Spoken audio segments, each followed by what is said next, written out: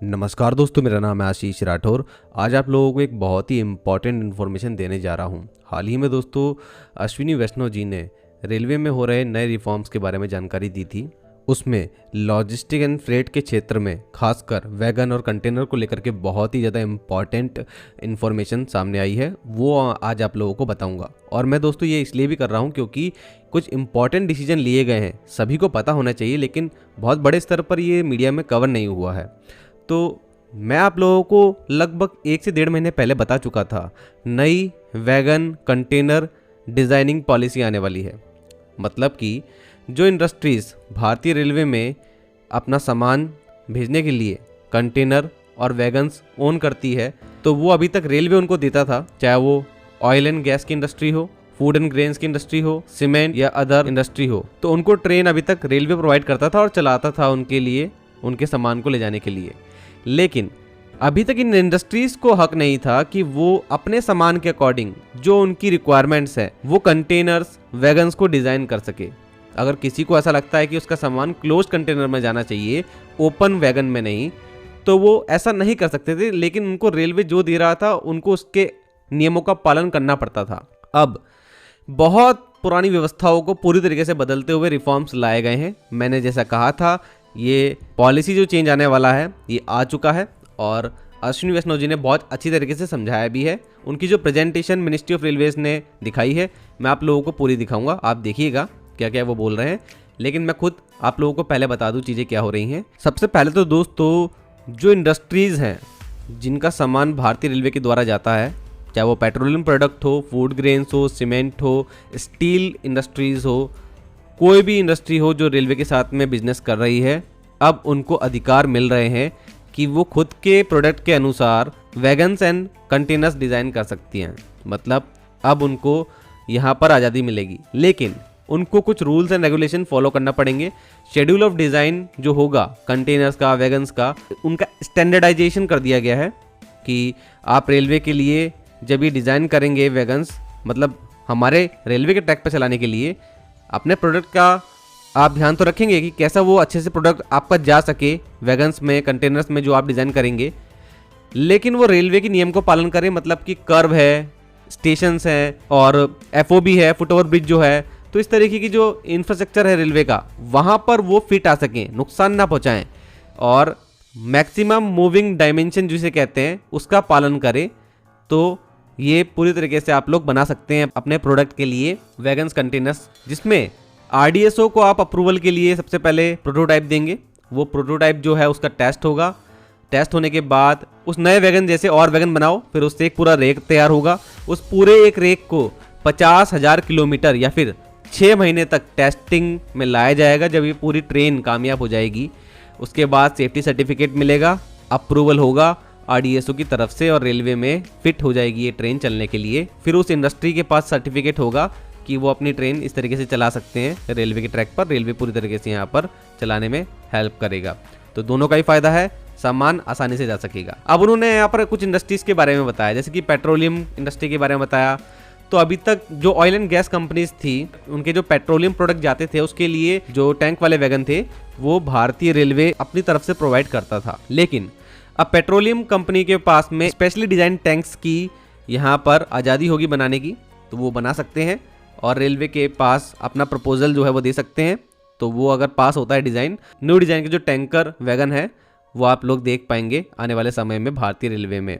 और क्योंकि वो अपने प्रोडक्ट का बहुत ध्यान रखेंगे, कोई लीकेज ना हो, आसानी से लोडिंग अनलोडिंग हो सके, इस अनुसार वो तैयार करेंगे अपने टैंकर वैगन्स को। Food grain and fertiliser industry की बात करी जाए तो बल्क वैगन जो लोड होता था अभी तक फूड ग्रेन से, मतलब गेहूं चावल जो जाता था उसके लिए बल्क वैगन जो थे वो लोड होते थे। अब उनकी लोडिंग अनलोडिंग के दौरान ही 5% तक तो लॉस हो जाता था हमारे फूड ग्रेन्स का, जो कि एक बहुत बड़ा लॉस है।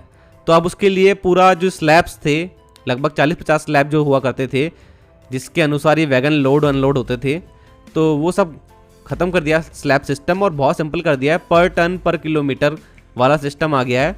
अब ये जो फूड ग्रेन्स है अभी वैगन में भी नहीं जाएंगे तो पर टन पर किलोमीटर के हिसाब से जाएंगे। और फैसला तो ये लिया गया है कि ये फूड ग्रेन्स अब कंटेनर्स में जाएंगे जो कि क्लोज्ड होंगे। मतलब खराब भी नहीं होगा सामान, क्लोज कंटेनर में जाया करेगा, वैगन्स में नहीं। ये भी एक बहुत इंपॉर्टेंट फैसला जो है लिया गया है। फर्टिलाइजर इंडस्ट्री के लिए भी यही फैसला लागू रहेगा। दूसरी बात दोस्तों, फ्लाई ऐश को लेकर के बहुत इंपॉर्टेंट फैसला लिया गया है। सीमेंट इंडस्ट्री में फ्लाई ऐश का बहुत इंपॉर्टेंट यूज़ है। अभी तक फ्लाई ऐश जो है वो ओपन वैगन्स में जाया करता था और इसकी लोडिंग अनलोडिंग का प्रोसेस भी बहुत बेकार था, मतलब उससे पॉल्यूशन बहुत होता था एयर में।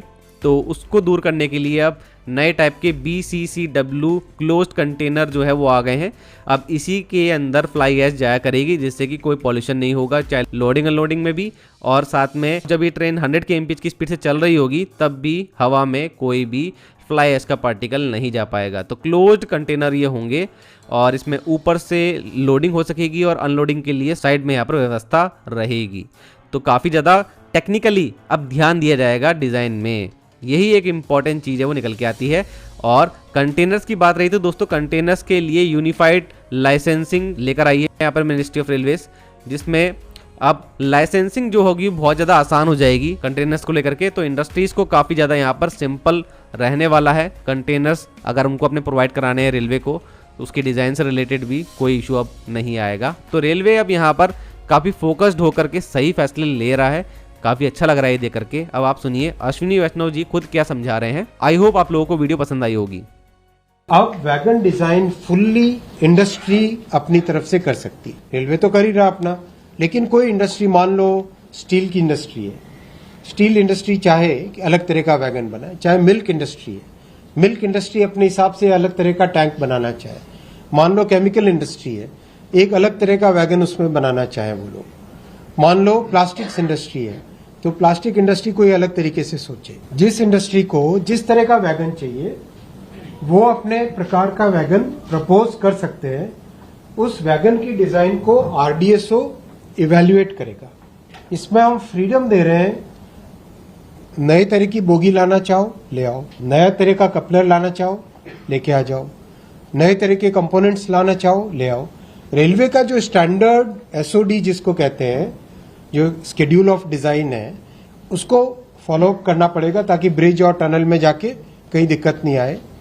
रेलवे का जो MMD है, मैक्सिमम मूविंग डायमेंशन से, यानी किसी कर्व पे अगर गए तो किसी पोल से आप टकराओगे नहीं, स्टेशन के अंदर आए तो FOB से टकराओगे नहीं। तो इन सब चीजों का एनवलप तय करने के बाद में कोई भी अगर इनोवेशन करना चाहे, दैट फर्म और that industry can now innovate and come out with a new wagon design. अभी तक क्या था कि रेलवे ही सारे टैंक वैगन्स को ओन करेगी। ऐसा होने से जितने भी ऑयल की कंपनीज हैं वो अपने तरह का स्पेशल वैगन, अगर स्पेशल टैंक लाना चाहती हैं तो उनको परमिशन नहीं थी। ये एक स्ट्रक्चरल बैरियर था, एक तो डिजाइन का बैरियर, एक इंडक्शन का बैरियर। उन दोनों को समाप्त करके इंडस्ट्री को full freedom to design a new type of tank wagon और any other type of wagon, petroleum industry को। और दूसरा, they can induct the wagons on their own. आटे और फूड ग्रेन्स के ट्रांसपोर्टेशन में भी वही प्रॉब्लम्स थी जो फर्टिलाइजर के ट्रांसपोर्टेशन में थी। बल्क वैगन्स में रखा जाता था, बल्क वैगन्स को शिफ्ट करना, उनको अनलोड करना, उसमें वेस्टेज इतना होता था। बहुत सारी जगह लोडिंग और अनलोडिंग में 4 से 5% फूड ग्रेन का वेस्ट हो जाता था। उस सब को फिनिश करके बहुत एक सिंपल मैकेनिज्म बना दिया। 40-50 स्लैब्स थी फ्रेट की, उन सब को खत्म करके बहुत सिंपल पर टन पर किलोमीटर बेसिस पे बहुत सिंपल एक टेपरिंग सिस्टम बनाया है। वो टेपरिंग सिस्टम और कंटेनर में आप फूड ग्रेन्स, पल्सेस और फ्लावर्स को ट्रांसफर कर सकते हो। कंटेनर एक फंडामेंटल स्ट्रक्चरल चेंज किया है कंटेनर के सेक्टर। आज हमारे कंटेनर का ट्रेन ऑपरेशन 4 डिफरेंट टाइप के लाइसेंसेस में होता है। Category 1, category 2, category 3, category 4। कई उसमें रिस्ट्रिक्शंस है, कौन सी कैटेगरी वाला कहाँ जा सकता है, कौन सी कैटेगरी वाला किस रूट पे जाएगा, कौन से उसके ओरिजिन होंगे, कौन से डेस्टिनेशन होंगे, कई तरह के रिस्ट्रिक्शंस है। उन सब रिस्ट्रिक्शंस को हटा के एक यूनिफाइड लाइसेंस व्यवस्था कंटेनर्स में लेके आ रहे हैं।